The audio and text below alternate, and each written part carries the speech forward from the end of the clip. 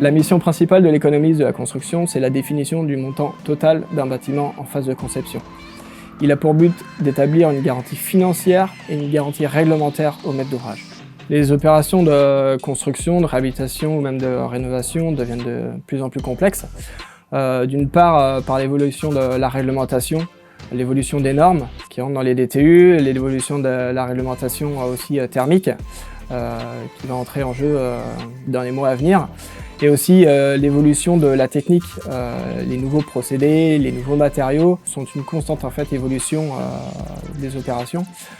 C'est pour ça que la maîtrise des coûts devient indispensable en fait à l'acte de bâtir.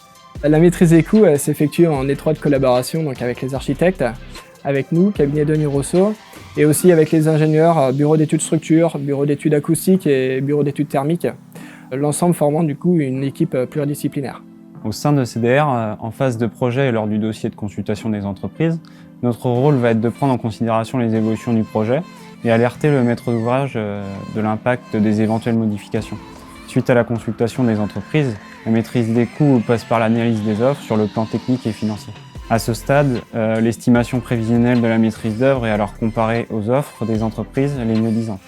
Nous avons pour but de valider les offres des entreprises et mener les négociations financières éventuelles sur le prix des prestations, puis organiser la passation des marchés.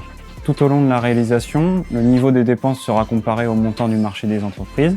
Suite à des modifications de projet ou des imprévus de chantier, notamment en réhabilitation, des actions correctives pourront être proposées. On parle alors de rééquilibre budgétaire. Pour atteindre notre objectif de maîtrise de coûts, on fonctionne par étapes.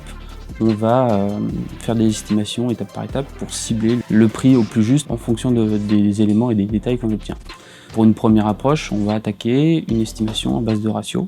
Donc on prend les surfaces du bâtiment, à base du programme ou des esquisses qu'on a reçues. Et on va appliquer un ratio, un coût au mètre carré, qu'on va composer en fonction des différents besoins et des demandes du client. Ensuite, on passe sur quelque chose de plus détaillé. On va tout décomposer, on va y refaire le prix comme un artisan quasiment poste par poste.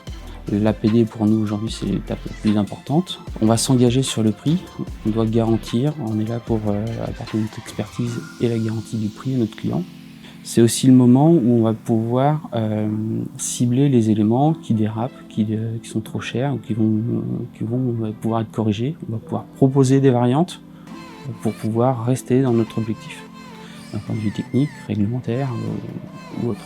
Troisième partie, on fait une synthèse économique qui nous permet d'assurer le suivi de toutes les étapes et des différentes variations, des changements, des choix qu'on a pu avoir au cours de l'étude. C'est un peu la mémoire de l'estimation du projet.